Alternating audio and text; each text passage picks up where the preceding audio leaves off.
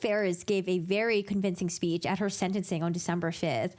She essentially said that I didn't do it. It's time to tell the world. I need to speak out. It was my son, Scott, who killed his father. It wasn't me. And as she went on, she went into some details. Apparently, some of the details that she went in were things that were not mentioned in the trial. I think she had regrets that she didn't testify. I think she wanted to testify. Her defense was like, nope, you shouldn't testify, It's against our advice. I don't know if you're going to do well in the stand. I'm sure it went somewhere along those lines, but it seems like she wanted to testify, and that's what she used her sentencing for. I was really surprised that the judge allowed her to talk for so long. She was entering things as if they were evidence, and then she was she was essentially testifying without really doing it at her trial. And the judge was like, well, the state, they can just cross-examine her about this. I don't know. It was wild. So because I thought her speech was very, very, very, very passionate, convincing. A lot of people that did watch the trial, though, they didn't buy it. They're like, no, she's a master manipulator. She's like blaming her family. She's tearing the family apart. She's crazy. She's a psychopath.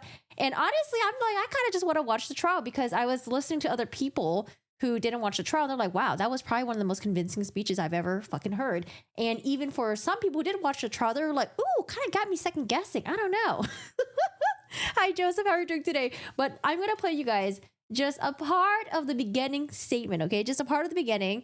That way you guys can just see where I'm at, okay? She started with this. She started pretty strong. And like I said, she could be a master manipulator.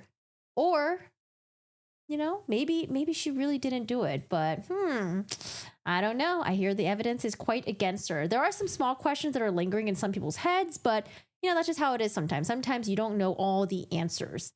So let's jump to why is it sized like this? Melody. Okay, let's listen to Melody. Not only my world, but my family's world was absolutely destroyed at the hands of one person. I've had 6+ years of being told not to talk. Don't say that. Take legal advice. I could walk out of this courtroom today This is one of her and sons. drop over dead. I want to make sure that my children, my grandchildren, and Gary's family, and to be honest, at this point in time, the entire world who has viewed this. I have waited for years to make this statement to everyone. I want the world to know who did this. I have always heard that the courtroom is the last place you're going to get the truth. And has that ever been proven to be the truth in this case? Not only did I not do this, I know who did. I know Scott killed his father. That's the other son. He took my husband, the father of Chris, Emily, and Amanda. He took Big Daddy. And this isn't new information. This was something that the defense said, that it wasn't Melody, it was probably Scott. Scott's the son. Scott had motive. And so this is not new, but to them, I don't know what they expected from their mother. Maybe they expected their mother to say, I'm sorry. Maybe they expected, the mother to not blame Scott anymore. I'm not really quite sure, but they seem like they're in disbelief. And so she's blaming her son, Scott, and she's like, I've waited 6 years, For my grandchildren, Ella, Addison, Olivia, Jax, and James, 3 of them who never got to know Gary. Scott, this is unforgivable.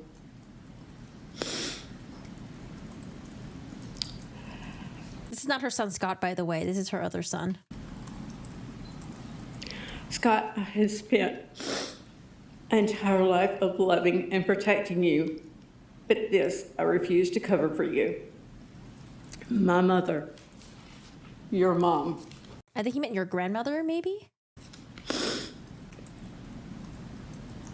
Begged me to take the blame for this. She said after she talked to you, after Gary died, that she knew you had done it. Her exact words were, you are his mother. You have to take blame for this. Okay, so Very, very strong. There are people in the background in the gallery that are just like, what the fuck is going on? So I want to watch some of her trial. We're going to start with opening statements. We're in day 1. And you're going to notice that Melody Farris is in normal clothes. Of course, oh, sorry. I was going to segue to something, but never mind. I was like, wait, never mind. That idea doesn't connect. So she's in normal clothes. You know, usually when you're in trial, you can wear normal clothes. You don't have to wear your jail outfit because you're presumed innocent, right? I do want to point out that she was out on, she's been out staying with her daughter, I think, for the past couple of years. So she wasn't like locked up or anything like that. All right, let me go back to the zoom in version. And I was going to do a little recap about this case, but honestly, they're going to get to it in the opening statements and they'll probably do a better job than I do. Hello, Arizona. How are you doing today? How's it going? Oh, did I forget to record? Oopsies. All right, let's start. Give or take. Opening statements in a few minutes. We have some media requests over. I heard some good things about this judge. I hear this judge is like super cool. All right, I'm going to hop on to opening statements. They're probably just going to talk to the jury. They're addressing some TV stuff. I think this is a big case for them, and maybe they're not used to having it live streamed. Okay, judge is still talking. Let me get to where I see the attorneys are. Oh, there's an attorney. You can proceed. Please, the court, counsel. I'm going to try to boost up the audio because he might be walking around. I feel like a lot of attorneys like to do that in an opening statement. It seems more engaging. It seems like you're not just like standing there announcing and just like kind of like presenting. It's better if you're like walking around and you're like kind of like talking to the jury in a more relaxed way. And I'm assuming the microphone might not be able to pick them up. So I'll try my best to boost the audio. And then also I am going to speed this up. So if it is too fast for you guys, you can slow it down, hit the cog down below and you can slow it down. I'm going to have it sped up depending on how fast, how slow they talk. Hi, Cannibal. How are you doing today? Hello, hello. How's it going? All right, let me make sure I got both my earbuds in. Ladies and gentlemen of the jury, when we're doing jury selection, I talk to you about being legal investigators. The object of all legal investigation is the discovery of truth. That's why you're here. The question is really, why are you here? I want to put you at ease through this trial. It's going to be a long trial. It will be a slow burn. There's a lot of evidence in this case. But why is the media here? Look around. Why are these people here? Why are the attorneys here? Why is the defendant here? Gary Farris will not walk through that door. Put the microphone. No problem, Judge. Gary will not walk through that door. In this trial, what you have to do is ask yourself, what is the truth? You have to ask yourself certain questions. You do not have to ask yourself, was Gary murdered? He was. The evidence is going to show that. You do not have to ask yourself, was Gary Farris burned on a burn pile? He was. The question you have to ask is, who did this? Who did it? This is a murder. This is a heinous murder. He was shot, killed, put on a burn pile, and burned. The question you have to ask, what the evidence demands an answer of, is who murdered Gary? Now, these people out here to see the trial, what I want you to do is they're going to follow the evidence too. But I want you to look at me. Don't worry about that. Follow the evidence. The evidence demands an answer, and the answer is close. It's at hand. It's close to me. It's close to you. It was close to Gary. If the object of all legal investigation is the discovery of truth, at this trial, what you have to do is you have to shrink the world. When you see the evidence, this is Cherokee County. They don't have a lot of murders. They definitely don't have a lot of murders when someone's shot and put on a burn pile. You shrink the world. And when you shrink the world, you're going to come to one conclusion. Apparently, they initially thought that Gary maybe fell inside the burn pile. Maybe it was an accident. Maybe he had some sort of like a medical thing. However, when they recovered the remains, I think they found the bullet, like where his ribs would have been or near his ribs. And they were like, ooh, okay, well, this does not look like an accident then. And one answer of who. Not what happened, not how it happened, but who did it. Who done did it? And she's near. Frankie, she's behind me. I didn't get this technology working. Maybe it's going to help me here. I'm going to move. I want to talk loud so everybody can hear me, but what I want to do is, as we go through this, be comfortable, be at peace as you go through this evidence. Relax and listen to what there is. I know there's a lot. So this is Scott, who she's blaming. This is Gary, the victim. This is Melody. Maybe one of them is the daughter? I'm not too sure. Maybe the daughter's getting married, or maybe she's the daughter. And then this is the other son, the one that was being very reactive during her sentencing, making all those facial expressions. I was like, you need to cut off mom. Tell her to stop talking. Hi, Books with Sarah. How are you doing today? Hello, hello. Yes, I'm excited. Going on, but you are the most important people in this matter. It does not matter what I say. It does not matter what the They're both daughters, right? Okay, just want to make sure. defense says. It's matter what does the evidence say? What does it speak? Let me introduce you to the Farris family. You'll see in front of you there's the family line, the lineage. And you'll see on the screen here there's a photograph. You see Gary. Thank you. You see Gary is in this picture, and this is a happy time. This is Emily, the bride in the middle, a daughter. This is a wedding, I think, about 2 years before the murder, 2016. You see Gary, he's in this picture. He's standing there with his wife, the defendant. Now, there are 4 children.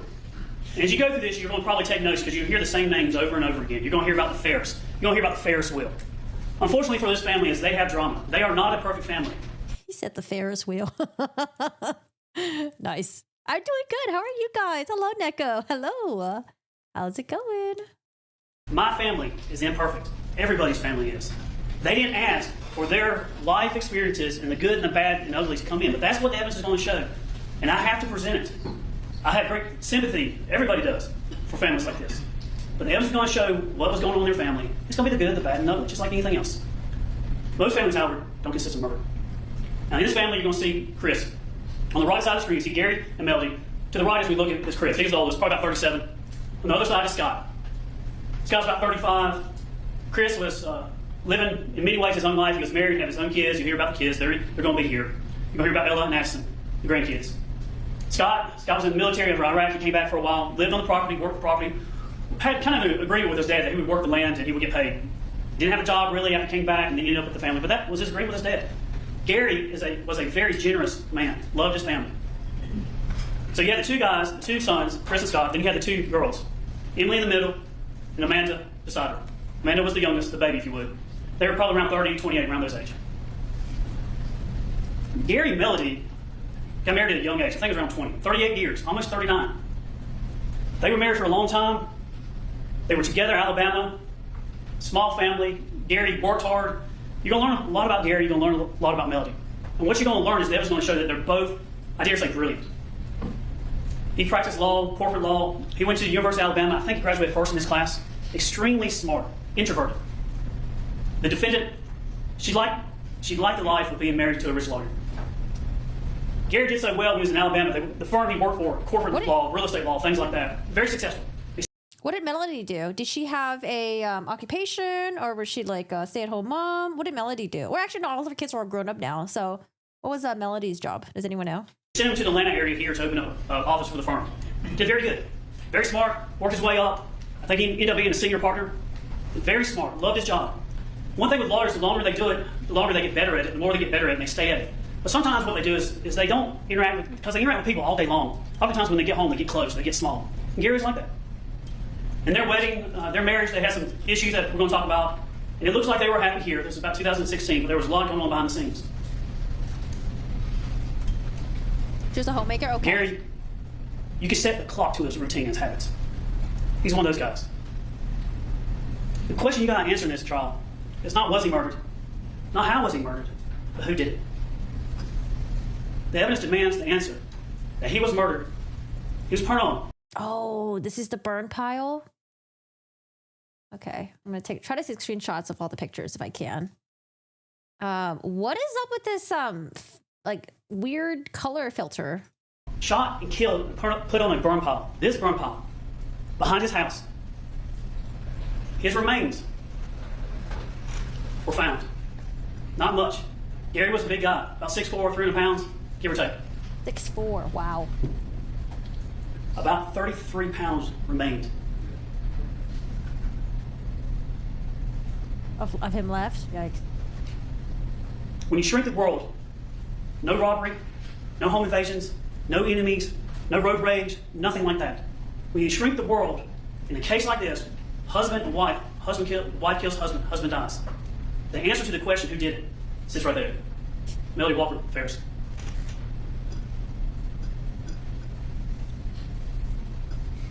Let me talk to you about their property. They were affluent. When I grew up in South Carolina, we say they were rich. They were rich. He made a lot of money. He would make probably hundreds and hundreds of thousands of dollars a year. Sometimes his paychecks, even after you take all the taxes out, $20,000. They'd have profit sharing and things like that. He made a lot of money. This property that they lived on in Purcell, 2511 Purcell Lane, Cherokee County, it's a hobby farm. If you see, there's actually a road coming down Purcell Lane, and you see that white area, that's dirt. They had horses. If you go up the driveway, it's along the trees at the bottom, and then there's a driveway in the middle of this photograph. That's to the barn where Scott stayed. Now, the family had trouble. Chris had some issues. Oh, wait, there's the barn. Okay, so she is blaming the son. The son also lived on the farm as well. Did he mention how big the farm was? I might have missed it. They said it was a hobby farm. Scott stayed. Now, the family had trouble. Chris had some issues with drinking. He got in an argument with his mom about a year for this. He said something along the lines that Chris was going to beat her to a pulp and put her in a pine box or something along those lines. That's what she says. No, he says. But they had a problem. Scott got back from the military, was living there, getting money from his dad. Emily was married. She had a husband. Millie didn't like. He got in some financial troubles, some legal troubles, criminal troubles. Amanda was young. And they all took money from their dad. Not in the bad sense. He had money.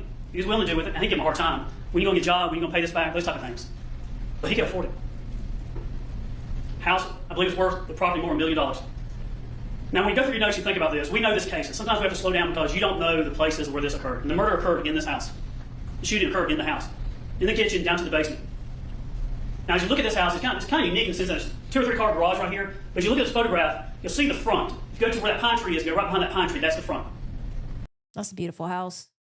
Okay, he said you see the front, pine tree. This is looking, if you were kind of looking, if the pond was behind you, you're looking up at what I would call the front, but it's not, it's really the side. I think it's kind of like the east side. But it's got a deck there, and it's a circular deck. And under that deck was where Gary stayed. The basement or the ground level was Gary's domain. That house was the defendant's. She had everything she wanted. It's immaculate. She liked to live the lifestyle. Furs, coats, jewelry, nice paintings, nice furniture, things like that. That was her domain. She was a go-getter. She was tough. She got after it. She cleaned. Almost OCD to the point that she cleaned. Her house was beautiful. Gary lived in the bottom. He had a bedroom down there. He had a CPAP. He slept in that CPAP every night. We won't talk about that, but he stayed down in the bottom. If you kind of walk out, you see where that it starts on the right side. There's an oval where it juts out. Below that is 2 doors. You'll hear me talk about it. You probably hear me chuckle at some point. There's doors that slide open like this to where he would have his couch and his TV and things like that. I call them American doors because right to the right are French doors. Just how I remember. And you can walk out that American doors, and when you come out there, if you turn left, that's where the burn pile is. This is over by the barn looking back towards the house. Wait, so that's the basement? Because remember I was asking is the basement ground level, or is the basement like in the basement, and in order, let's say if Gary was shot in the basement, would she have to like drag his body up the stairs, or is it like ground level and she would just like push him? I mean, it seems like ground level. The house. They had horses. This is a nice property. This is the barn. This is where Scott stayed. Scott stayed on the top, basically being an employee of his dad. Scott wanted the property, liked the property, loved the horses. He was invested in it. He was thinking to move on one day and get another job, but he was locked in this property. And I know, that's quite like a visual. 33 pounds left of a 300-pound man. When the kids take the stand, they do not hold back on spilling the tea. Do all the kids testify? Hi, Maverick. How are you doing today? The basement is ground level to the backyard. Okay, because I think like what I've heard about this case for people who haven't watched the trial, a lot of people are like, okay, well, how does a small petite woman move a 300+ pound man if he's in the basement? A lot of us are thinking, oh, okay, because there's like staircases or something. So I think that's something that needs to be clarified. That's, I don't know, I kept hearing that, like, oh, how could you move a 300-pound man if he was like in the basement? The sliding glass door is out to the back. We'll show more pictures, but okay, cool. He and his mom worked. They made bicker and things like that, but they worked properly. They did a lot of work. And he lived in that barn there on the top. This is back to the house, transitioning back to the house. If you walk in that front door, this is what you see. Now, as you walk in, you're going to see evidence. If you walk in that front door, and I'm staring at the steps. When I'm staring at the steps and I turn right, you're going to go to what I call the kitchen table. If you turn left, there's a bathroom. If you go straight, you're going to go down the hallway to the master bedroom. This is the master bedroom. That door right there, you can walk out and go to the balcony. And that's where that oval porch was. You can stand out over that and look. You can look at the pond. Study room, library, very nice. Very fluent. Yeah, beautiful. This is the dining area, looking out towards the pond, nice. This is the kitchen. This is the doorway from the kitchen to the basement.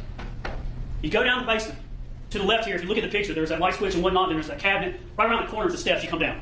It's 12 steps down, a landing, 4 steps down. You come down that landing, you stand right there. If you're standing off the steps, you get off the steps, you look straight forward, you're going to look at that bar. This is looking back from the, kind of to the side of the American doors, looking back towards the bar. As you look at this picture, to the right is the hallway. You go down that hallway was Gary's office, where he'd hang out and do stuff, work. He'd like to get up in the morning, because he was a partner, because he'd been doing it so long, because he had those routines, he would get up and go check email. To say that Gary Farris was a workaholic is an understatement. The man's like a lot of attorneys.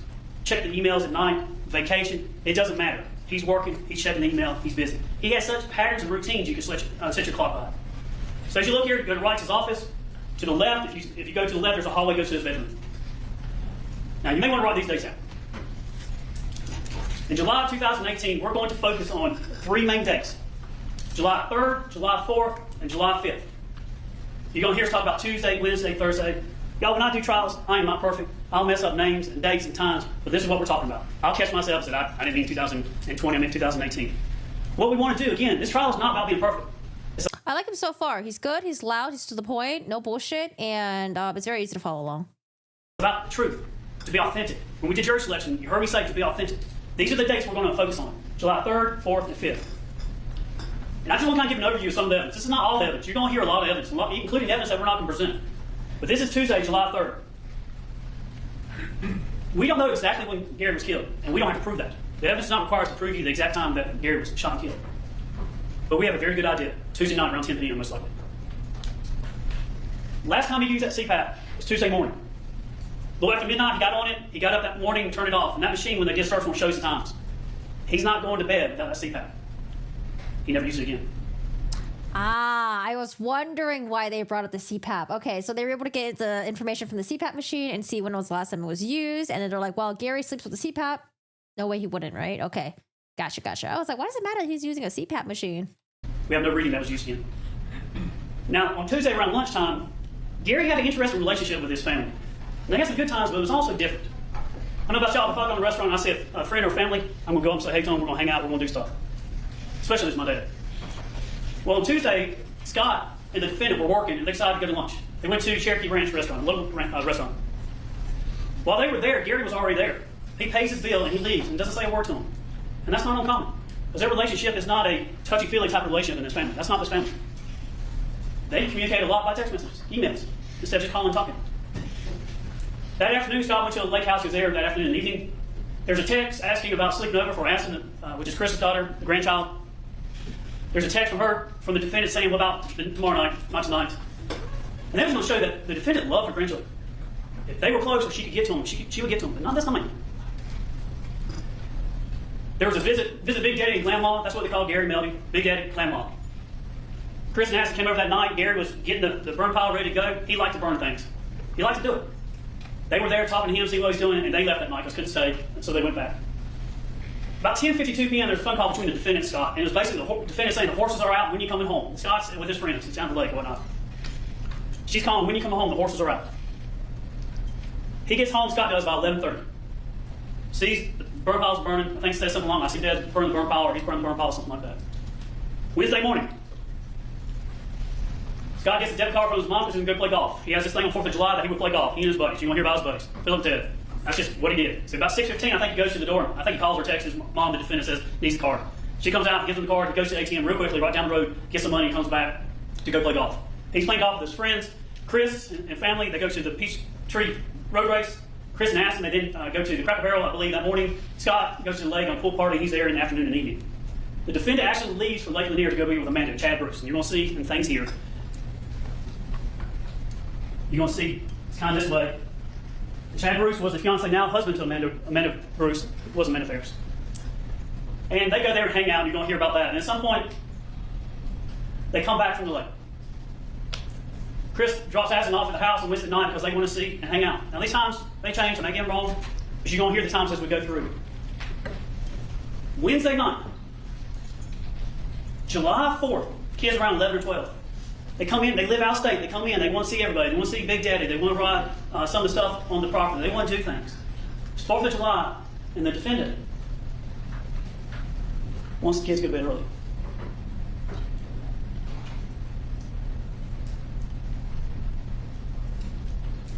July 4th, 3rd, Tuesday, 4th, Wednesday, 5th, Thursday. The defendant goes to Walmart, checks out around 9:30.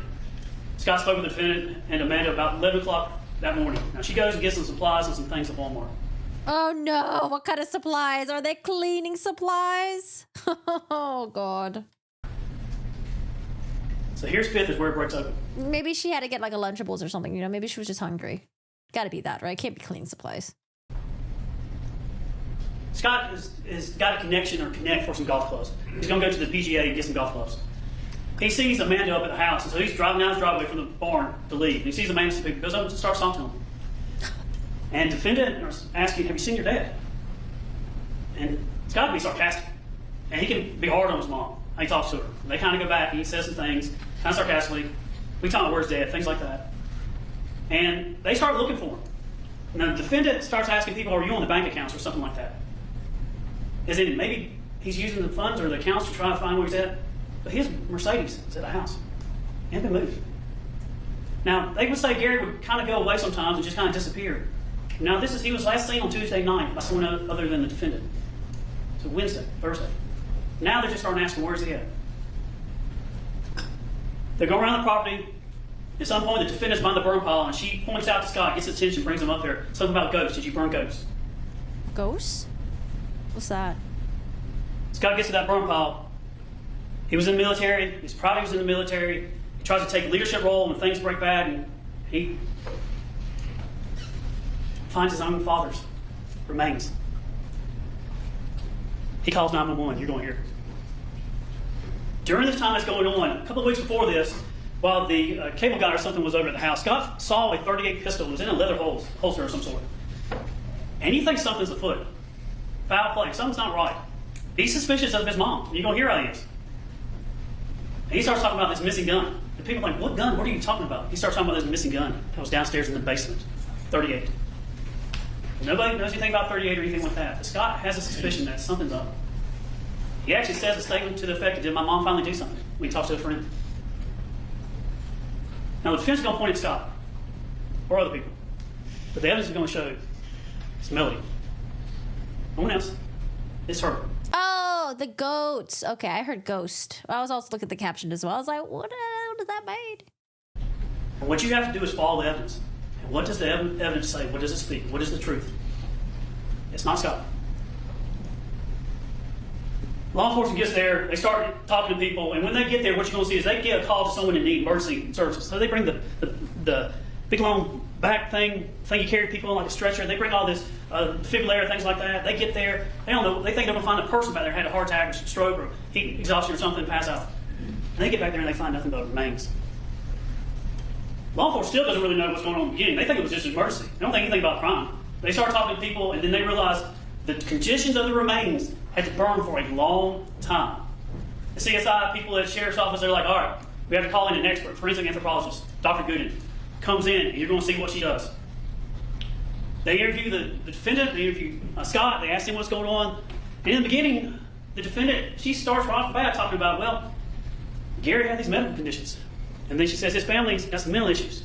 He was suicidal. And she starts laying that foundation of these other things. Any enemies? No. Would kids do this? No. Anything else? No. Anything missing? No, no, no, no, no. She's laying the foundation. These are the pictures when law enforcement gets there. Dr. Gooding gets involved. They start marking it. And then things change. When they get... Or was that they found the bullet? Any enemies? No. Would kids do this? No. Anything else? No. Anything missing? No, no, no, no, no. She's laying the foundation. These are the pictures when law enforcement gets there. Dr. Gooding gets involved. They start marking it. And then things change. When they All right, let me see this. Wow. Jesus. get the remains of Gary, and we're stipulated these remains of Gary. He's actually identified dental records. He's burned up so bad. When they get there, they find in his rib a 38. They think it's a 38 in the beginning, but it's a 38 special bullet projectile. It's in his left ribs. It's front to back, anterior to posterior. It's in his ribs. So now they think he's medical condition, but he's burned up too bad. Then when they're doing it, that's a bullet. Changes everything. There's no gun. We do not know where the gun is. We look for the gun. The missing gun is evidence of consciousness of guilt. Because if it was a suicide, the gun would be right there. If it's murder, You can't get rid of the evidence. Burn the body, get rid of the gun. Things changed now. It's a homicide investigation. Now, this family had problems, and they had disagreements. You're going to hear about dishes being broken. There's several incidents of dishes being broken. One time, when she's talking about dishes, you're going to hear the defendant talking about, I had some dishes on top of the car and they fell off onto the ground and broke. Scott's going to talk about an incident where his mom said some very terrible things about his dad, wishing terrible things upon him when she broke some dishes because she was mad when she went down to the basement where he lived and got the dishes. He spilled Mountain Dew or something like that. The man loved his Mountain Dew. Loved it. Cigarettes and Mountain Dew. She got so mad that she broke the dishes. Slammed them. Found it in his trash can. They set of dishes. When she's talking, the defendant is kind of all things to all people. That's what the evidence is going to show you. It's going to pivot. It's going to pivot. You're going to hear about two people in this case that pivot. She pivots. She's talking, she's smart, she knows what's going on, they're asking questions. She says, at one point, their marriage is not good. They live in the same household, but they're not living really as husband and wife. There are some good times, they try to do some stuff. They're living in separate rooms, separate floors. But at one point, she comes across and they ask, you've been married to him for 38 years, and, if it's that bad, you'll hear about how she describes the marriage and things. Why'd you stay with him? I took a vow to him. I took a vow. The evidence is going to show in this case that the defendant is loyal to two people. She's very loyal. She's loyal to a man. There's something called prior difficulties. About 10 years before the murder, the defendant had an affair. We believe a guy named Ted Wiley. Ted was in a relationship with Gary's sister. Wait, what? Oh, gosh. Ted was in a relationship with her husband's sister. Oh, no. Were they cheating on each other? They met, they hung out, and they started doing stuff, and the family knew what was going on. They separated, we believe because of this. Gary considered divorce, didn't do it. They reconciled, but they lost trust. And this is where things change. The whole relationship changed because of this. Now, Gary worked with a lady, probably had a fling or something with her, not to the same degree, years ago. So they both had their issues. But the degree and the extent and the blatantness of this changed everything. And Gary started controlling finances. Her mindset was to law enforcement, I took a vow to him. But you're going to hear evidence in a text message between her and another guy that would shrink the world and rule out. A guy that's a neighbor that met her when she would walk, because she would walk all the time. She's tough. In a text message, when she was upset with Gary, we believe, she said, my response to his fit he threw was, I hope you die alone in a gruesome death. She's asked by law enforcement, she didn't say anything about hoping he died or anything like that. Terry responds and says, there you go, he's going to push you over the edge. I know, and that scares me. Told him finally to go where can I even see or hear him, it would be in his best interest. You're going to see some text messages and things in this. She portrays this, pivots. But an ever constant in their marriage. Let me see. Oh gosh, it's been covered. Yikes. Ted was in a long relationship with Gary's sister, then he had an affair with Melody. Ted will take the stand. Oh god. I heard about 2 affairs. But an ever constant in their marriage, tension, an ever constant tension is money. She did not like that Gary would use his money the way he did.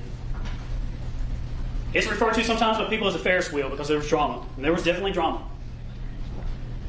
Chris had his issues. Melody didn't really like Chris. Chris would use checking account numbers and credit card numbers and things like that.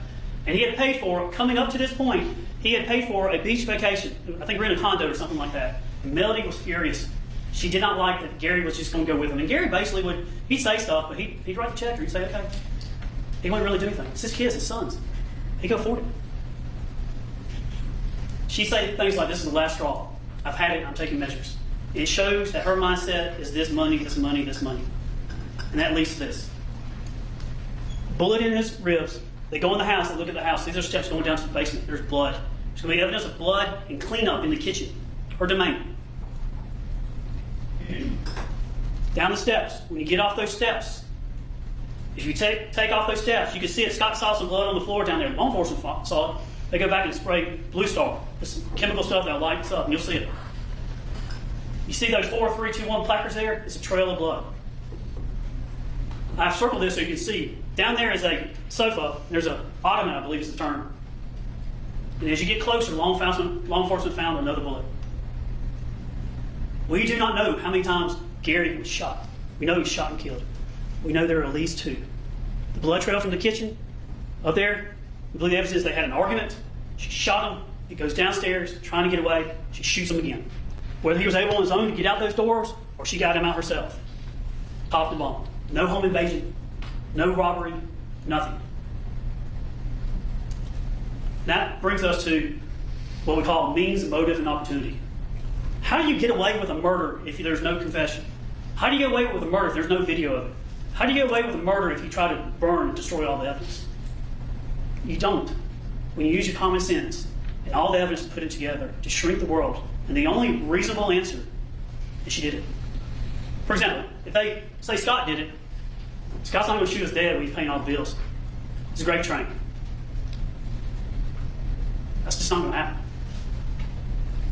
Let's first talk about opportunity. The reason why you shrank the world down, and you will see at the times in this case, when he was killed and when his body was moved, when things are going on, the only person that's going to be at that house, the only person, is her.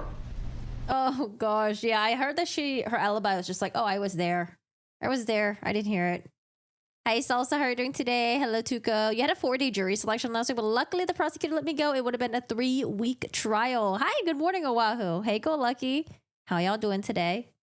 No one else. Just her. Sure, people were coming and going, but not when things were going on.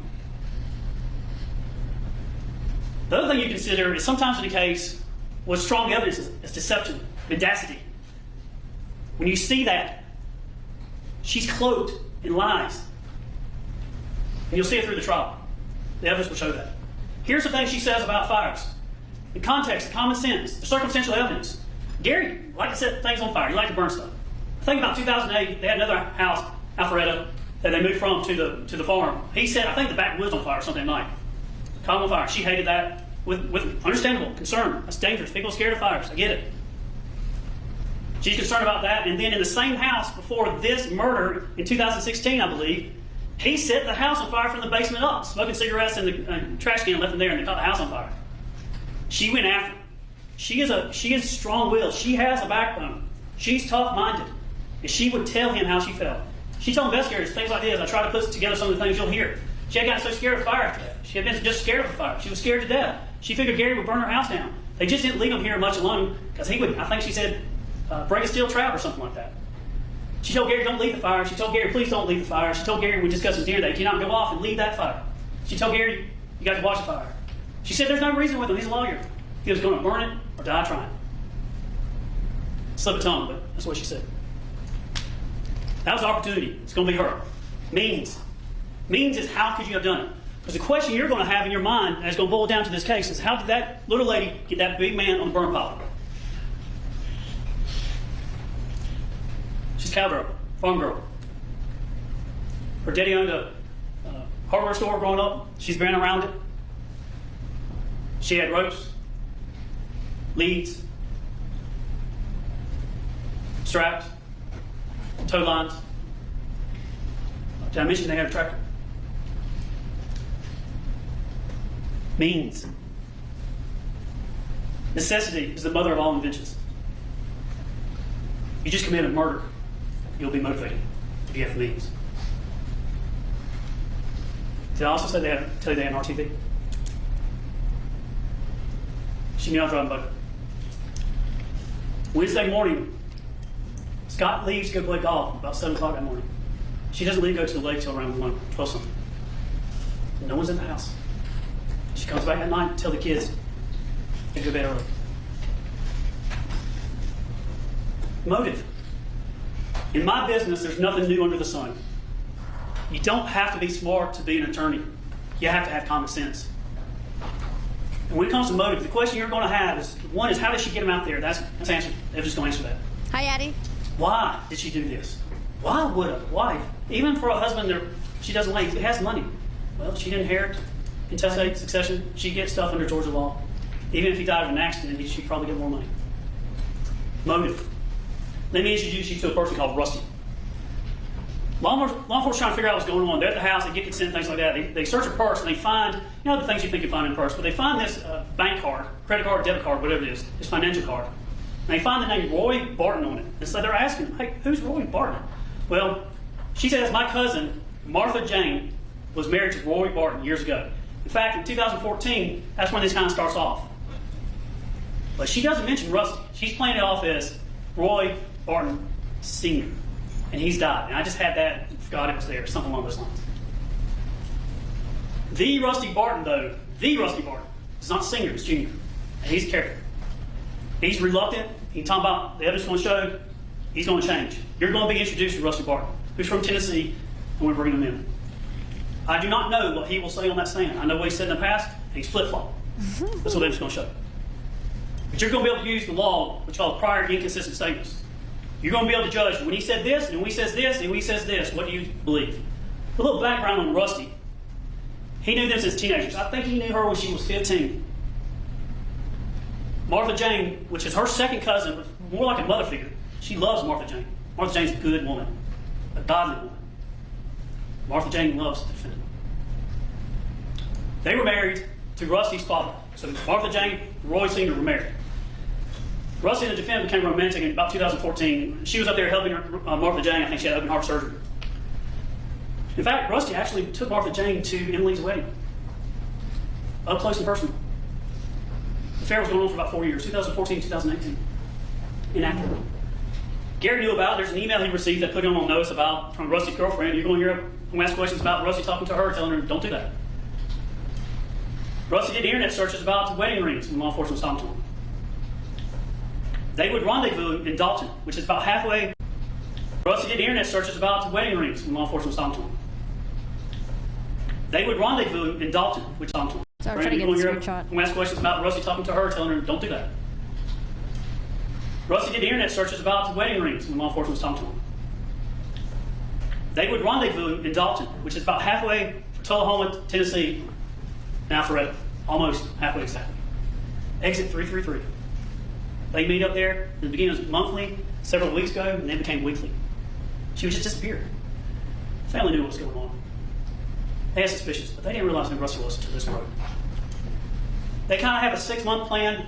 Rusty believed, based on what the defendant was telling him, according to Rusty, that Gary had some esophagus cancer or something, bleeding, something going on, so he was sick and he was going to die. And they kind of had this plan after Gary passed away. Naturally, they would, for 6 months, lay low, and then they would come back and get together. They were in love. They talked like junior high kids in love for the first time. They had this kind of plan after Gary passed away. Naturally, they would for 6 months lay low, and then they would come back and get together. Oh, okay. So they wanted to start their new life together, possibly with Gary's money, the hard-earned money that Gary made, and then she didn't want the money to go towards to her kids because he was spoiling them, I guess. They had a regular pattern. Law enforcement interviewed Rusty on certain occasions. There's these days where Rusty was interviewed and basically goes from, I don't know anything, and then they press it. We told you in a trial like this, it can be a contact sport. The attorneys can get after it, we can get after it, I can get after it, and they get after it with Rusty. I'll be professional.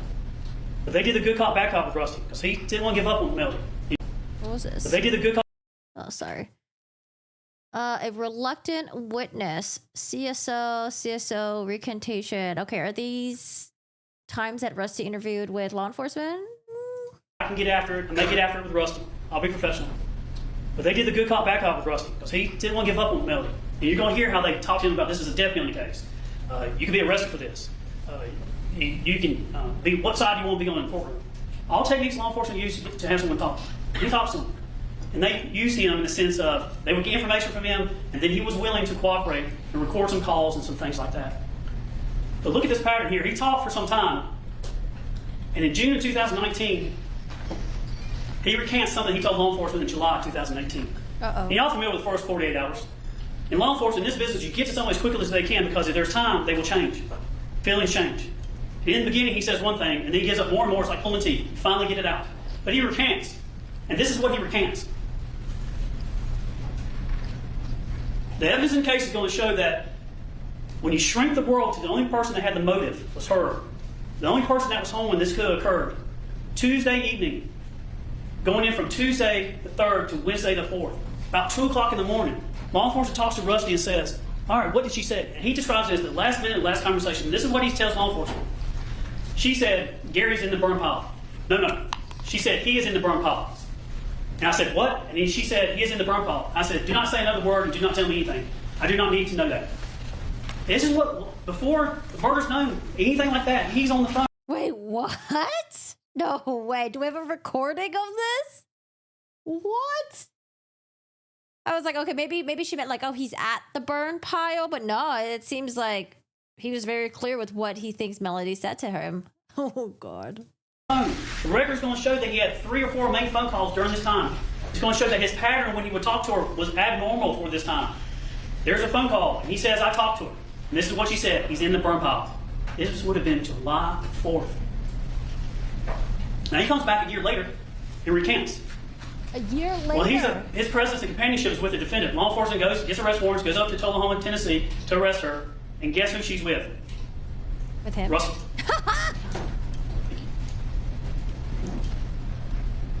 After she's arrested, she's in jail before she bonds out. There's actually jail calls. And you're going to hear some of those. And we told you there's going to be calls and things like that. You're going to have to be patient with us. It's going to be a lot of information. It's just a piece of this puzzle. But at the end of the day, it's going to show the defendant. So it's past, being arrested, he recants the law enforcement. No, I didn't say, she didn't say that. I was pressured, I was under duress, I was taking sleeping pills, I was under alcohol. And then she's talking to him on a phone call. And this is just a part. Now, you're going to hear the whole thing later on. But this is what we call consciousness of guilt. The evidence is going to show that she says this, and this is not what an innocent person would say to her lover. No. Oh, God, we got a recording. Hold on a second. Let me listen. Sure. No. Well, like a long time ago, I just stopped talking. Right.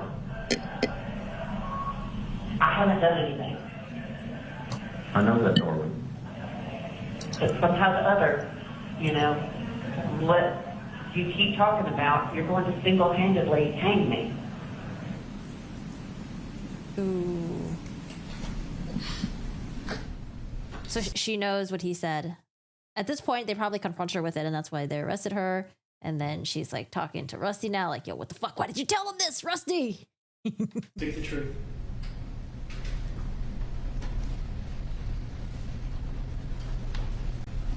This is what the charges: malice murder, felony murder, aggravated assault, concealing death of another, making false statements.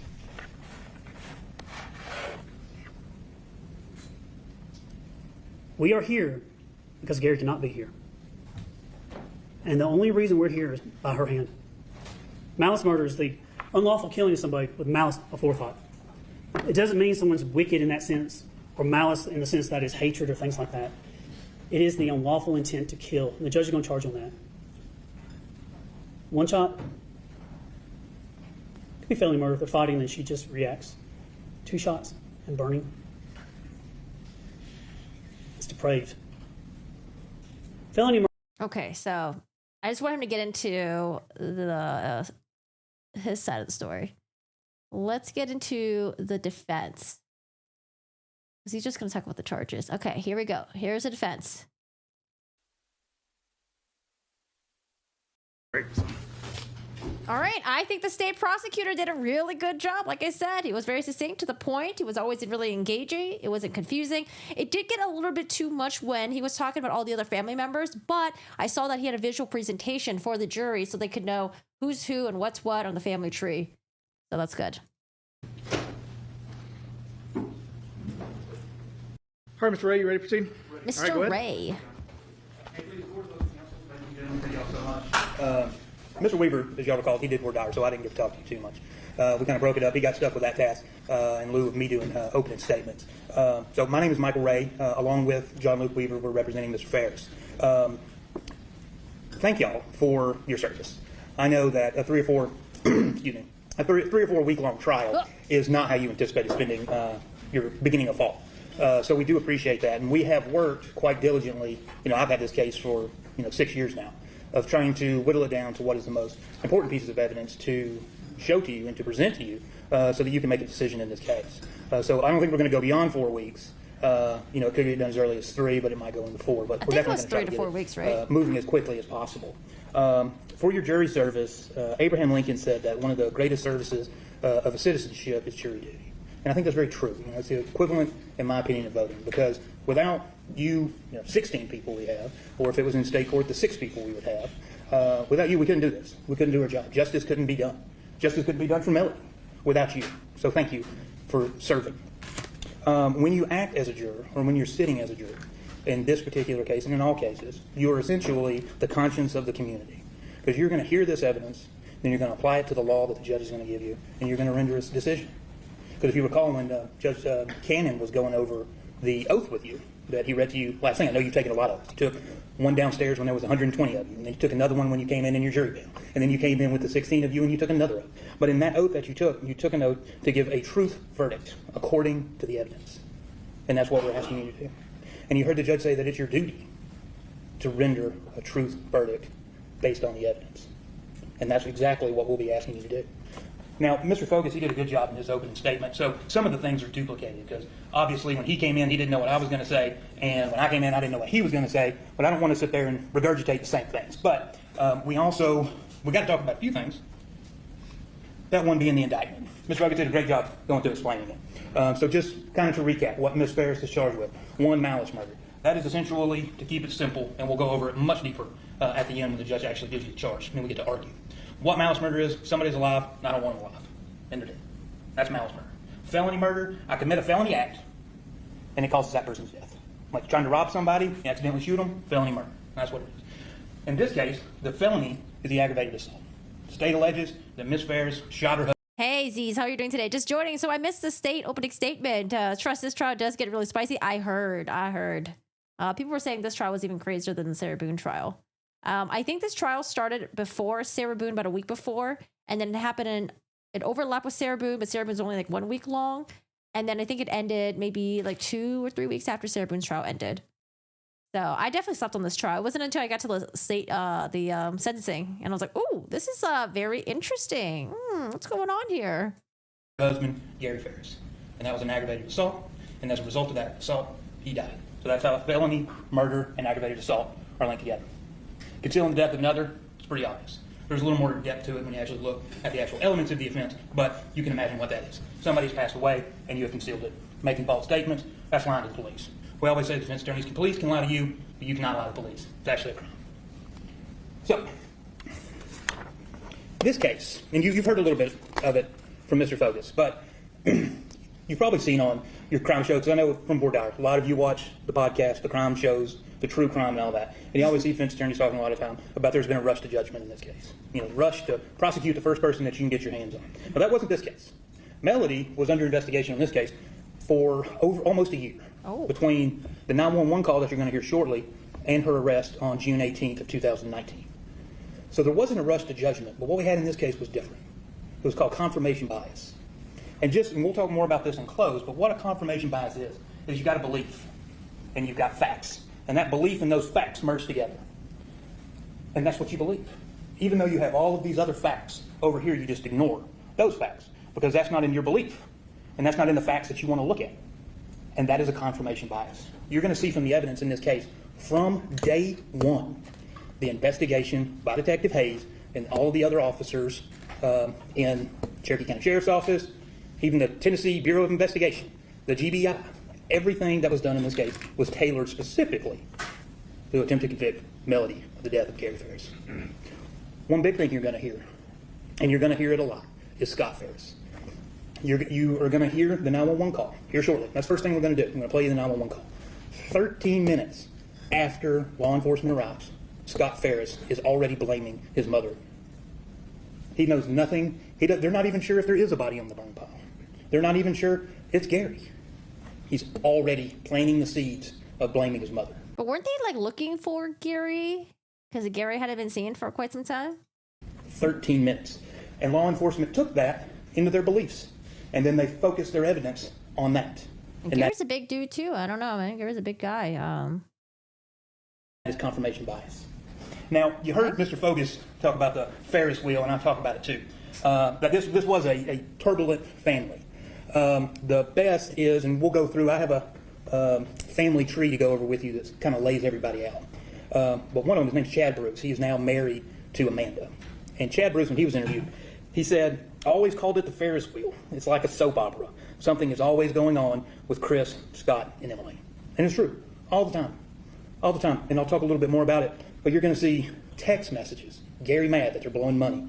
Chris can't survive on his own, always needing money. Scott, grown man, can't survive on his own, always needing money. Coming to get mama's credit card so he can go get some money out. Emily with her turmoil with her new husband and all that. In fact, you're also going to hear that Gary and Melody had to buy Emily and her husband the house up in Tennessee where they live. There was a lot of turmoil in this family. But jumping on the Ferris wheel, first off, who was Melody? Melody was born in 1960, and she was born in Smyrna, Tennessee. And she had a somewhat unusual upbringing, especially for that point in time. Melody was very little, and they moved from Smyrna and moved to Tullahoma. You already heard a little bit about Tullahoma. It's actually where Melody was arrested. That's where Martha Jane lives. That's where Rusty lives. And I'll talk a little bit more about all those people. They moved to Tullahoma, and Melody and her mother, Kay, lived with Melody's grandparents. And that went on for a few years, and eventually Kay Walker met a man named Carl Walker, and they got married. And then they continued, once they were married, they bounced around a little bit. They went from Tullahoma to Nashville, Nashville to Florence, Florence back to Nashville, just kind of bouncing around this North Alabama, Central Tennessee and back down area, just moving around. Then when Melody was a teenager, they finally settled in Florence, Alabama. It's in the north. You've probably heard of Muscle Shoals. It's right there. And that's where eventually Melody started going to high school, was in that area. And so now you're like in the mid-'70s, and that's actually when Melody meets Gary Farris. They met when they were 16 years old. They didn't go to the same high school. They actually met through mutual friends at the same church, and they began dating. And they dated through high school, and then in 1970, they got married. So if 1960, I think it was 79, they got married, because Melody was 19 years old. Now, but they get married, right out of high school, and they both go to the University of North Alabama. Melody's there for about a year, and then she drops out. Gary stays on. So Melody leaves. They're still together. They're still married. And she's working at General Electric Credit and Ace Hardware. Her Kay Walker, her mother, Carl Walker, opened up a Ace Hardware in Florence, Alabama. And that's where Melody worked. And you'll hear a lot about Ace Hardware. She worked there for many, many, many years, helping them out with their business. So in 1980, while Gary's still in school, Chris Farris is born. Now, Melody is working full-time at this point at the hardware store. Gary's full-time college student. 1983 rolls around. Scott Farris is born. Melody's still working at the hardware store.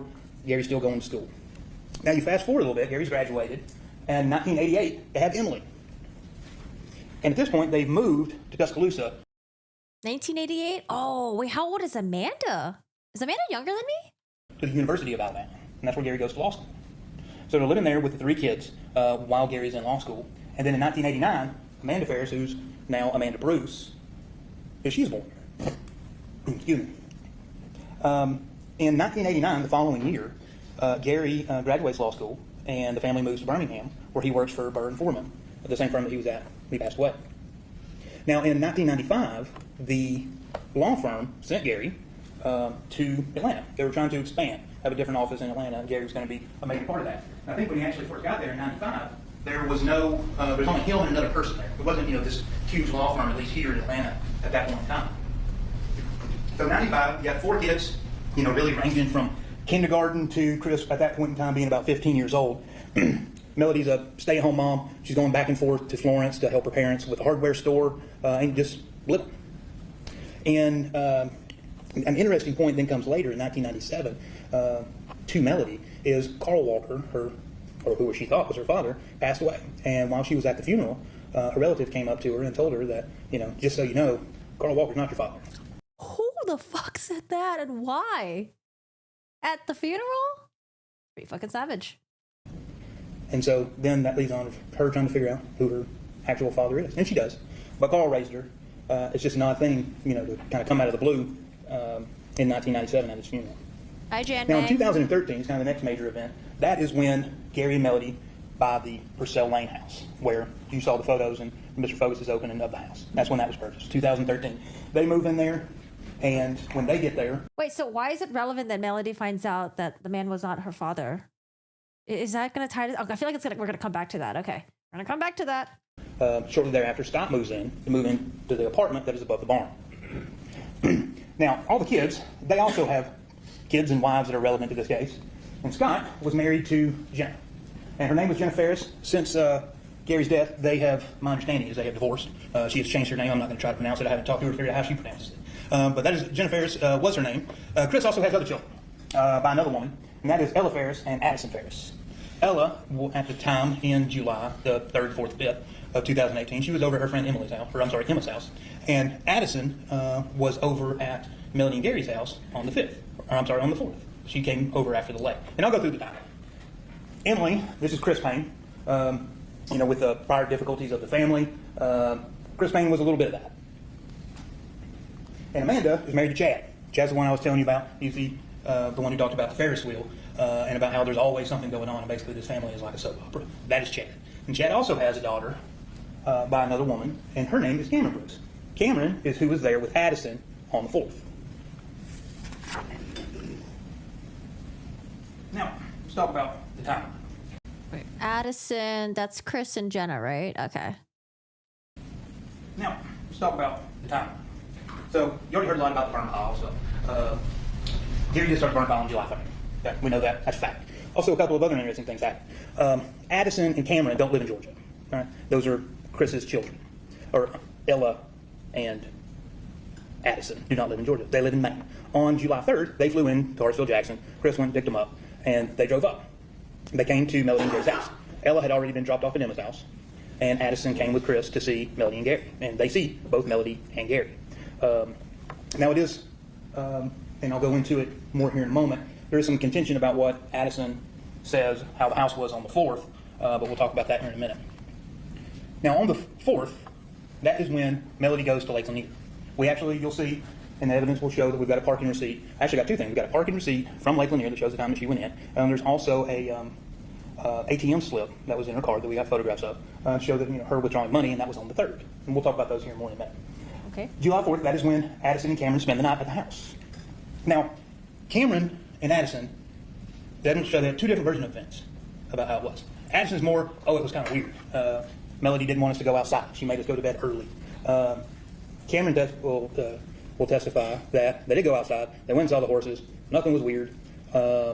Actually snuck out of the house at 10 o'clock, went to the hot tub, were in the hot tub for a while, came back in, went to bed. Nothing really out of the normal. How old were they? The reason, and you'll also see that some evidence from Addison. There's a text message to Melody from Addison that says, hey, can we spend the night tonight on July the 3rd? And Melody responds, says, no, not tonight. And we'll have to uncover the reason for that, due to the evidence. I don't want to speculate here as to what that was. But we do know that that's true. She said, no, not tonight. And she spent the night the following night, after they got back from Lake Lanier. On July 5th, that is where things with this case get interesting. The remains are found on the burn pile. Now, that day started, Melody grocery shopping, the kids are there.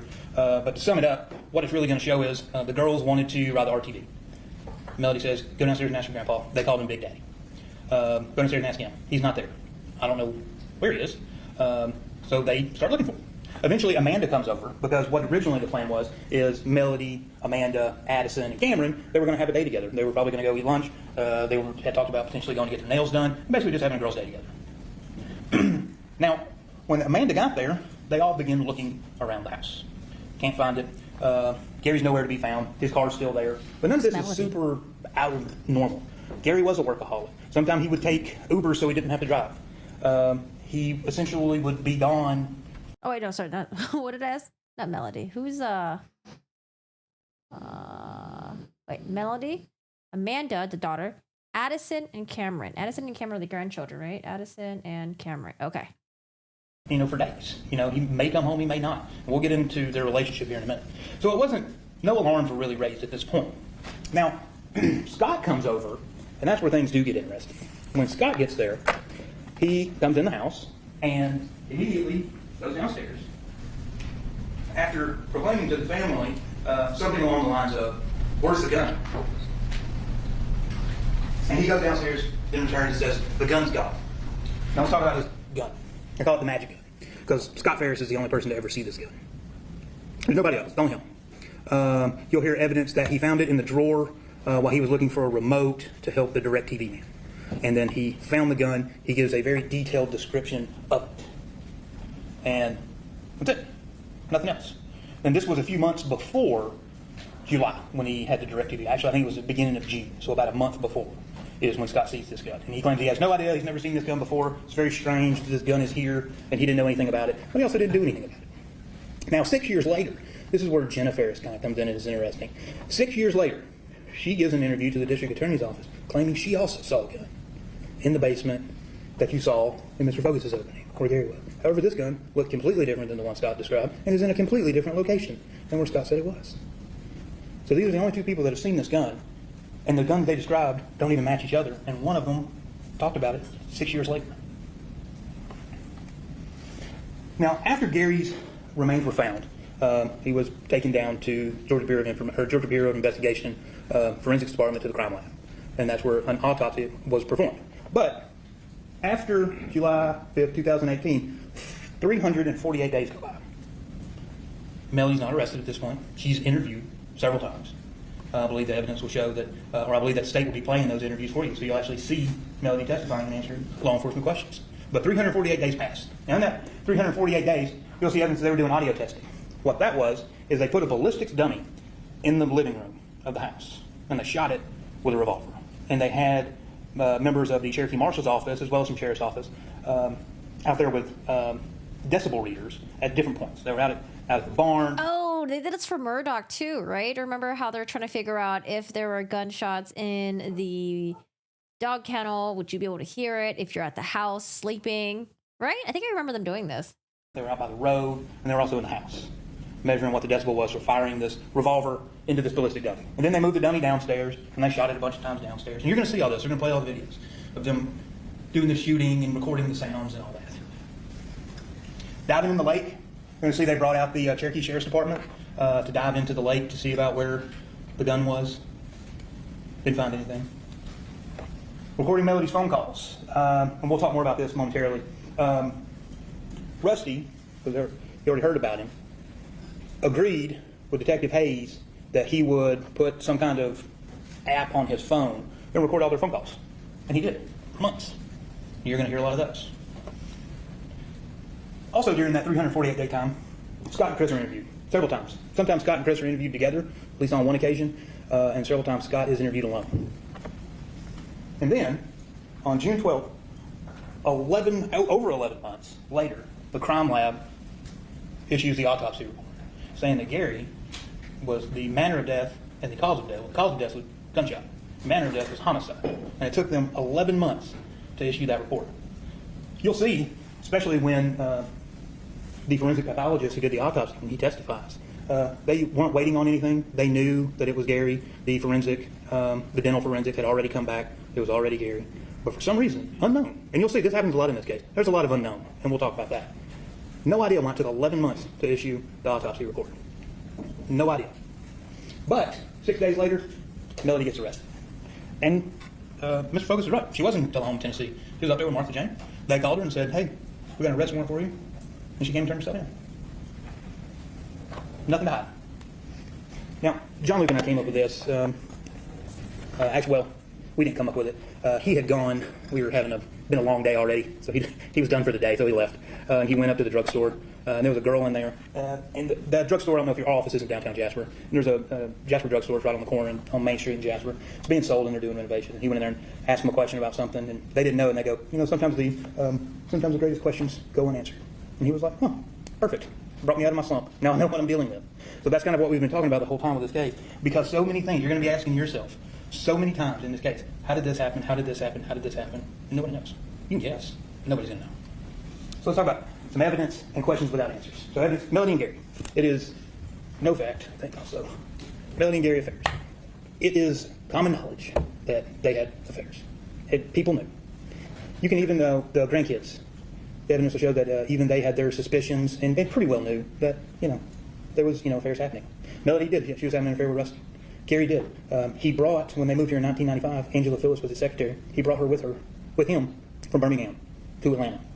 And she was his secretary for 28 years. And she's a bit hesitant to talk about it, but I believe you'll be hearing from her about how they did have a relationship. Gary was also having a relationship at least somewhat by text and email, with another woman who worked in his building named Joanne Ward or Joanne Hill. So, and you also hear Ted Wiley. Okay, they had affairs. They lived completely separate lives. In the house that Mr. Focus is showing you, in the house, Melody lived upstairs. You saw the house, and it may not be in evidence, but you saw it. That place looks like Southern Living magazine, decorated to the nines. Melody did all that. She lived upstairs. Gary lived downstairs. It was just how they'd done it. It had always been that way for years, ever since the 90s. They lived two separate lives. They would sometimes go days without even seeing each other, without speaking to each other. They didn't really talk, didn't really communicate. They did. They had kids. So they had to have some interaction together. They went and saw Emily and Chris's daughter, her name's Olivia, when she was born. They still did Christmases together. So they did some of these family things together, but for the most part, they were just married people who did their own thing. And Melody did her thing, and Gary did his thing. And it was just what worked for them. Now, granted, with the affairs, it wasn't something that was flaunted in their faces. You try to keep some level of discretion, but it was known, and it was just how they lived. Now, Melody's interviews, I expect that you'll be seeing those interviews. And really, the only thing I want to point out of that is Melody is very blunt, very to the point. She's just who she is. She's a hard woman. And that's how she comes off. That's how she is with law enforcement. She's very matter of fact. Here's what happened. Here's what I was doing. That's just how she is. Is he going to explain why that was like a lack of emotion, I guess, when she talks about her husband being found in the burn pile? One of the most important things that she says Hi, in Moondog. her interview, in the very last interview that she ever gave to law enforcement. Last thing she ever said to law enforcement was, "I just want my family back." So? Forensics. There's good bit of forensics in this case. Some is pretty interesting. I want to talk to you. I didn't want to do any of the photographs, but those blood drops that were talked about by Mr. Vogus, you're going to see that there's blood. Well, let me back that up. You will see there is a substance leading down to the basement. You're going to hear from the GBI Lana Coffee. She sprays Blue Star, which is a substance that is supposed to reflect when it's blood. Now, that's a whole other thing. You're not going to hear anything about that being tested, of whose blood it is, even if it is blood. Now, you go down the stairs. They did take a swab, but they find some little drops of blood. Some of them are about as small or even smaller than 1 centimeter on the floor. Take a swab of those, send it off. That was Gary's blood. Those blood trails never lead out of the house, upstairs or downstairs. The bullet. We're going to be talking a lot about the bullet, how there's no textiles found on the bullet that is found in the basement. We also have our own forensic pathologist who will be testifying about what his opinion is regarding the manner and cause of death of. Wait, let me go back a little bit. Okay, so they found the little blood droplets. Some of them are small. They take a swab of those. They sent it was Gary's blood. Okay. Why mention that? Okay. Gary. And we may also end up calling an additional ballistics expert, depending on how things play out with the ballistics expert that's going to testify for the GBI. Is he going to say, they're like, oh, well, Gary lives there. Of course there might be blood there, but you don't know when the blood was on there. You don't know when the blood came from. But that is just a wait and see. Text messages. The text messages to Terry Braswell, Mr. Fogus said that in his opening, the "Hope you die a gruesome death." It is a text message. We expect Terry Braswell to come in here and testify. We'll be able to cross-examine him about that text message. However, we do know one fact, is that text message was sent 2 years before. So it wasn't something that was done in July of 2018 or even June of 2018. We got a text message from 2 years before. Moondog, thank you so much for the resub on Twitch for 2 years. Oh my god, thank you so much for the support. What's up, Jed? How you doing today? Hello, United for Peace. How are you? Honestly, I never saw any care and emotion towards Gary from Melody during this trial. But that's because she's a hard woman. That's just how she is. That's just her demeanor. That's her baseline. All right, back to these. Actually, I'm going to use the restroom really quick, and then we'll get to these text messages. Text messages.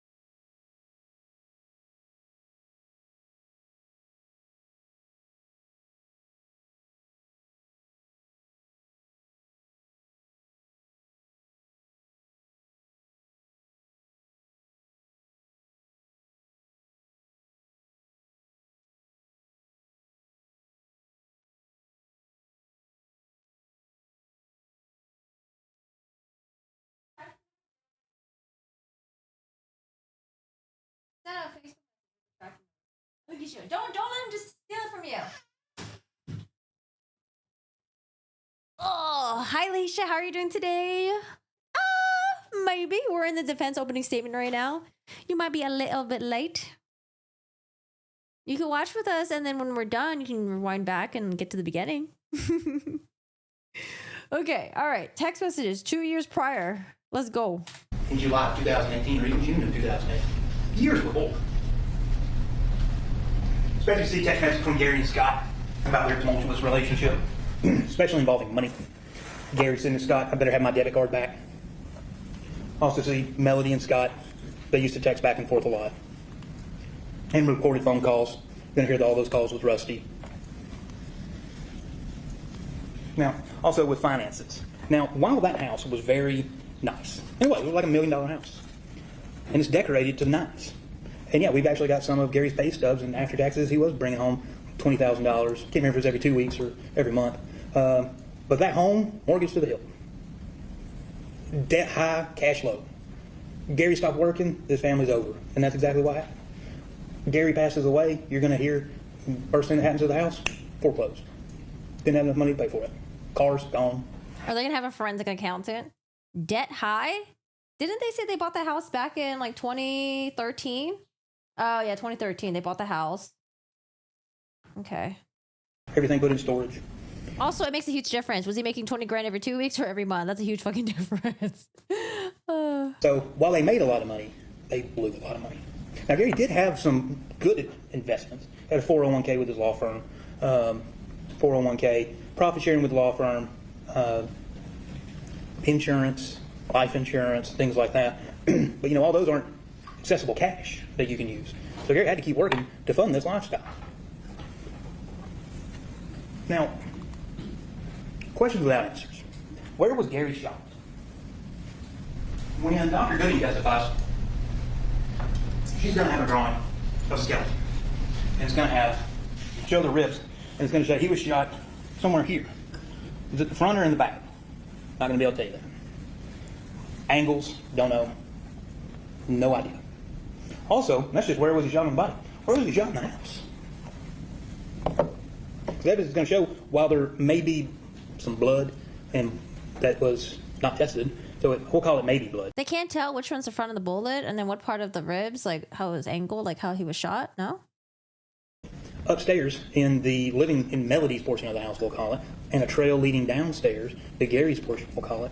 You're also going to get evidence from, most likely from Amanda, how a few days before July the 3rd, 4th, 5th, that Gary, that Gary had been bitten by one of Melody's dogs on the ankle and was bleeding as he walked down the stairs down to his room so that he could stop the bleeding in his ankle.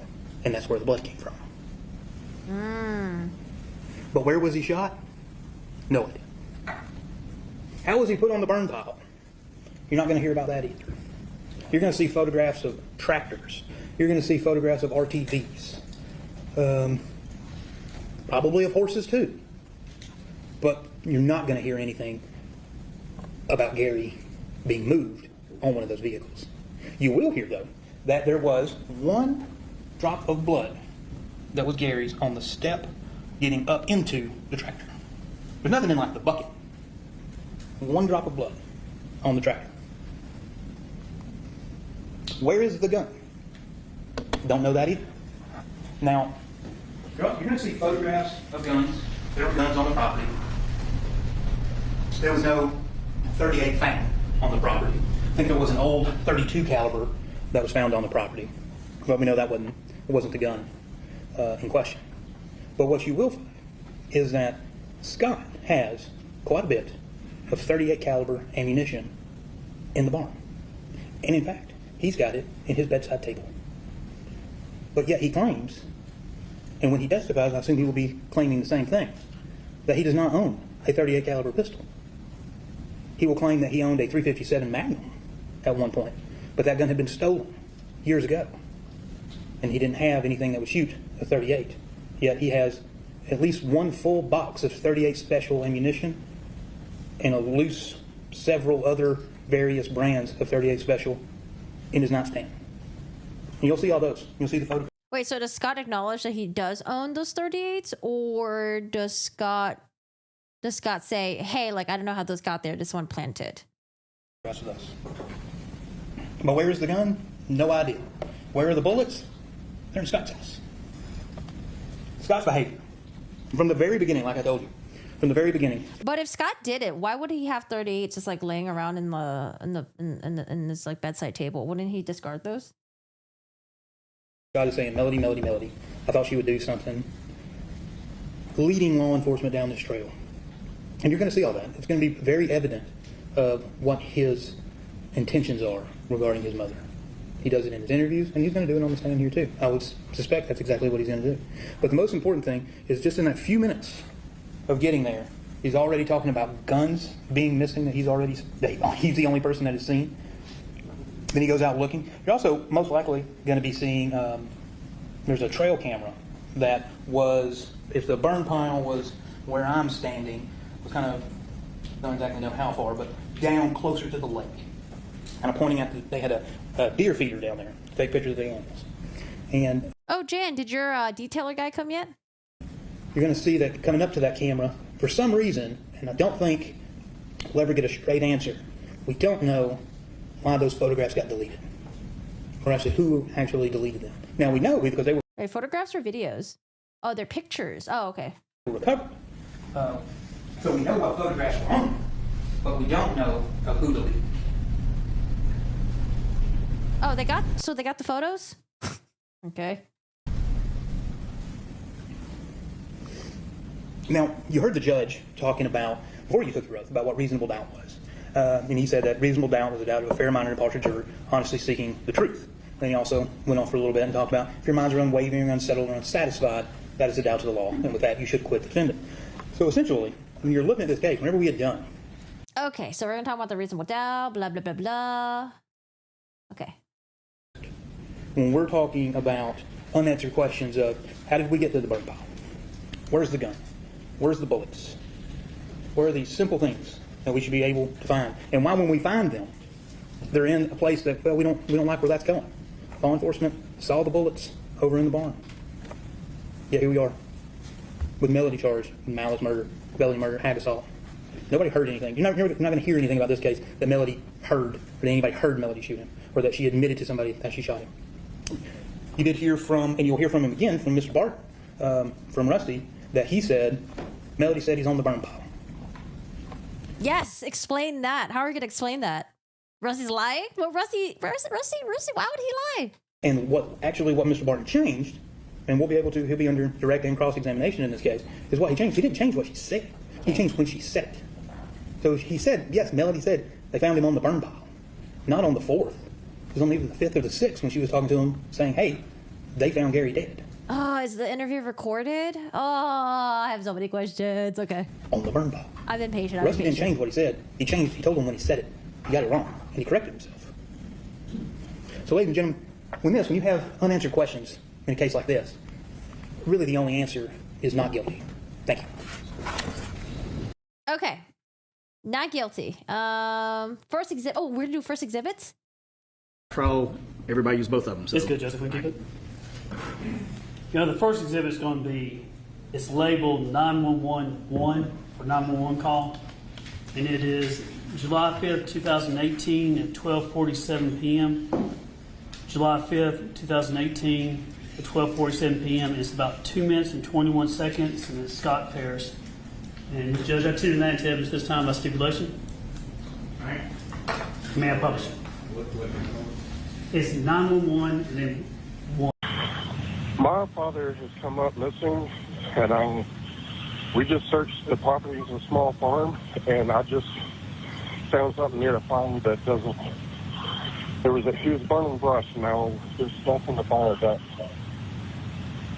It could be him. I don't know. Okay. All right, sir. What's Purcell Lane run off of? It's right off of Birmingham Road. You said 2155 Purcell Lane. That's correct? Yes, sir. Okay. What is your name? Scott Farris, Farris. What's a good callback number for you, Scott? 404-861-2667. How old is you said your father? Yes, sir. How old is He just turned 60 on the 68, yeah. 68, okay. Now I'm calling you to say that we've been walking around looking for him, and I went where the fire's still smoldering, and I'm ex-military. I was deployed to Iraq. I've seen what burned up bodies look like, and this looks like a body. Okay.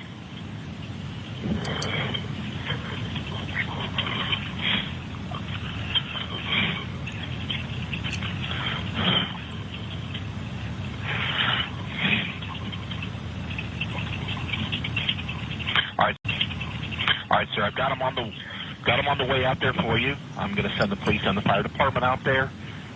Just try and lead everything that you can, the way you found it down there, and we've got him on the way out there for you. Okay. Okay. Okay. Is there anything else I can do for you, sir? No, that'll be it. All right, sir. Thank you. All right. Bye-bye. Bye-bye. Say, oh, Sarah Love. Sarah Love.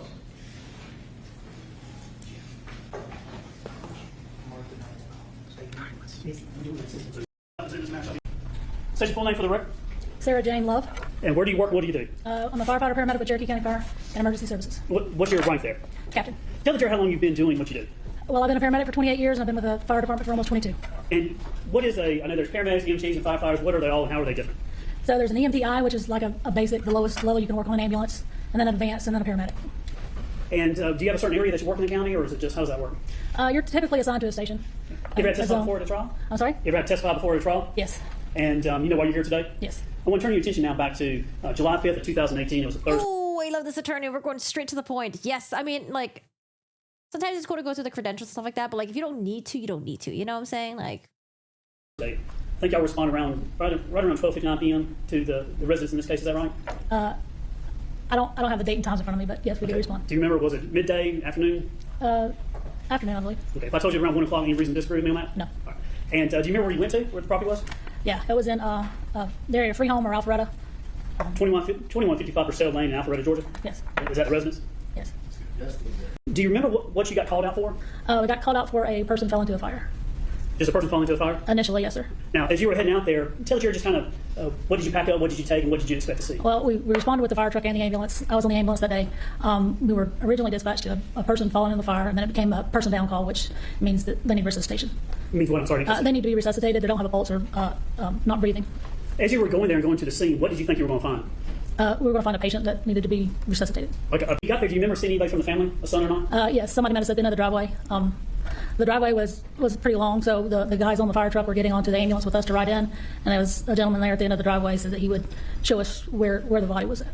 How long did it take you to get there from the call? The call came out about 12:47. Did it take you very long? I don't believe so. I don't have my reports. I don't know exactly how long. Was it? Initially, we stopped at the driveway, picked up the, what we found out later was the gentleman's son. He was telling us that he had been in Afghanistan and he had seen burned bodies before and he knew what they looked like, and I was trying to get information about if he was, breathing, if he was alert at the time, or, more information about the patient. And he just kept saying that over and over. And then when we got to the house, he rode in the back of the ambulance. When we got to the house, he walked us around to the back side of the house to a large burn area. When you first met with, who's going to be Scott, we believe, the son, Yeah. When you first met with him, when you were talking to him, were you trying to ask him questions to see if he would answer them? I was just trying to find out what kind of condition at the time we assumed the patient was going to be in. If we were going to be working a cardiac arrest or just treating a burn patient, or what we were going to find when we got around to the back. Was that because you thought there was going to be a human being there? Mm-hmm. And did you, when you were asking him questions, was it his state of mind? Was he telling you stuff? Was he able to tell you things? He just kept saying over and over that he knew what a burned body looked like, and I was asking him, was he breathing, and was he conscious, and he just kept saying he knew what a burned body looked like. I don't have to ask. Yes, sir. Thank you. Okay, so instead of one through whatever it is, we've met and mark them by name. Look at those. You had an opportunity to look at photographs before trial, I believe, haven't you? Yes. Go ahead and look Nicole? at those and see if those. Now, it's going to be labeled aerial as in aerial photographs. Go ahead and look at 1 through 14, the area that we're talking about. Yes, sir. Just this time I turned to evidence aerial 1 through aerial 14. You see on your screen there, this is aerial 1. Do you see that? Yes, sir. If I look at the screen, this is just showing from the courthouse to the scene. Can you tell the jury about how many miles it is, approximately normal drive, how much time? From the courthouse 34 minutes and 16 miles. About 34 minutes or 16.5 miles, is that right? Yes, sir. And Purcell Lane, what area of the county is that in, Cherokee County? That'd be the northeastern corner. And what is that? What type of homes and things are out there? Nice homes? Yes, fairly large homes. Expensive area? Yes, Affluent sir. area, I guess is what I'm trying to say? Yes, sir. And where were you coming from when you went there? So where it says Freehome on the map and Highway 20, our station is about very close to Highway 20. Where you would have turned off of Highway 20. Our station's right there. Now, this is aerial. Do you remember the long driveway going up? Yes, sir. So did you meet Scott down here or up in the driveway? Where was it? At Purcell Lane. The fire engine's too big to get down the driveway. Right. So the ambulance stopped there, and the crew from the fire truck jumped on the back of the ambulance. So everybody hopped in the ambulance and went up the driveway? Yep. Aerial 3, this is just an overhead Google map showing the property is. How would you describe this property if you could say, this is the type of property, this is what it was like? It's a very large, nice property. Couldn't really see the house at all from the road, from the trees. It's a very large property. We've taken some aerials about a year later, some drone photographs that you've been able to review. And this is aerial 4, so this is a snippet, if you would, from an aerial. Does this kind of look like the area that you went to on July 5th of 2018? Yes, sir. I was more or less looking in the back, talking to the son, so I wasn't paying a whole lot of attention to the driveway, but yes, sir, that is the... As we look at aerial 4, this photograph on the left of the screen is this big long driveway. Do you see that? Yes, sir. As aerial 5, as you move up the driveway, is it correct to say that there's a road or driveway that goes to the right to the barn, that y'all went straight up to the house? Correct, sir. And then aerial 6, is this an aerial showing the pond? Yes, sir. Is this the house behind the trees here? It appears to be, yes, sir. How about that? Tell the jury, when you arrived expecting to see a person, when did things change for you? What did you see and what changed it? As we're walking up to the burn pit, you could see some long bones. I saw a foot. Jesus. And the skull. And when you saw that, what in your mind was going on? What were you saying to yourself? I was trying to make sense of it. It's not something you would typically see, so I was like trying to, like the skull, I thought maybe it was a rock, so I kind of moved it a little bit, put it back the way I found it, and the foot, probably what stands out the most is the foot. What equipment did you have with you to expect to find a person? So the guys from the engine grabbed the bed and the equipment, the cardiac monitor, the jump bag, and they were coming behind me, and me and the son were walking, a little bit ahead of them. When you got there, what was found? What happened? Well, when I saw the bones, I advised dispatch that it wasn't a person down. It was a signal 48, which means a deceased person, and then to have the coroner en route. Did anybody touch the bones or do anything with it? Only like I said, sir. The top of the skull looked like it may have been a rock. So Yeah, that's crazy. Like, she was probably expecting to arrive there, and maybe there was like a person that's like kind of like in the burn pile, but they're like badly burned, but they're still alive, and like maybe try to like help, like, either resuscitate them or like deal with the burns and then drive them to the hospital or something like that. Like, no, at that point it was just like, it seems like a lot of the flesh was like already gone. You just got the bones left there. Like, holy shit. I kind of lifted it a little bit and then put it back where it was when I realized it was definitely the skull. So that makes sense why when she was asking Scott over and over again, like, oh, what's his condition? Is he breathing? And he just kept saying, like, I was in Afghanistan. I knew what burned bodies look like. I know what burned bodies look like. Like, that to him was probably really traumatizing. He was probably repeating it over and over again. Yeah, I mean, I can totally see that. Change from a person being held to a body, basically? Correct. Remains? Is that Yes, sir. fair? Did law enforcement, were they quickly on the scene at that point? Did they come up? Yeah, I remember them being right behind us. Now, I know you've probably seen a lot of things in your career, haven't you? Yes, sir. But did this shock you? Yes, sir. Let's take aerial 11, just showing this is a photograph showing the house in relation to the pond. Yes, sir. Aerial 12 going back over the pond to the arena, the sand pit. Is that fair? Yes, sir. 13 just marching back down the driveway, leaving. Yes, sir. And then 14 just going back to the road. Yes, sir. Now, you've had an opportunity to look at some, law enforcement was able to do some drone videos about a year later in June of 2019. Did you have an opportunity to look at those drone videos? I did. Just this time, and were those videos fair and accurate as you know they're probably to be when you saw it? Yes, sir. I tend to have now aerial 15, aerial 16, and aerial 17, which are 3 drone videos done by the Sheriff's Office about a year later. All right, any objections? Okay. All right, they're mid. Go ahead. We play now aerial 16, which is about 7 minutes and 13 seconds long. Captain Love, while that's going on, you went around this, as the drone is going, this left side is kind of how y'all approach the burn piles. Yes, sir. Oh, this is so cool that they have this visual.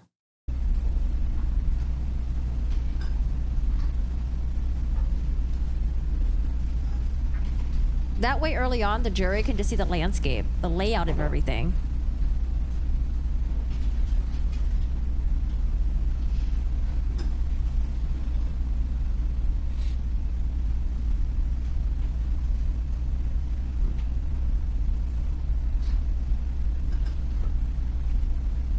that's where the animals were. Is that like a little chicken coop or something?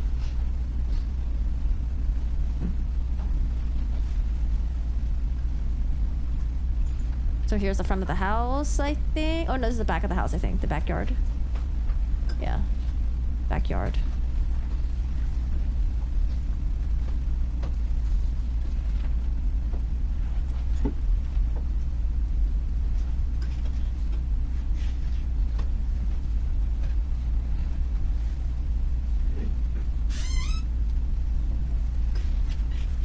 Huh? Why? Oh, really? Right now? Oh, okay. It's okay. I'll just end this room. What are you doing? Yeah, it's fine. It's fine. We were just watching a trial. It's an old trial. Okay, guys, I have to end the stream because we have someone just installing something, and they actually have to come to my room to install other shit, which I didn't know. I'm so sorry. So we'll be back. Hopefully, maybe tomorrow. We'll continue watching day one. I mean, we got pretty deep into day one. We did opening statements, the state, the defense, and I would recap it, but I feel bad because they're going to come in. All right, bye, guys. I love you guys. I'm sorry. I'll see you guys tomorrow. We'll definitely continue this.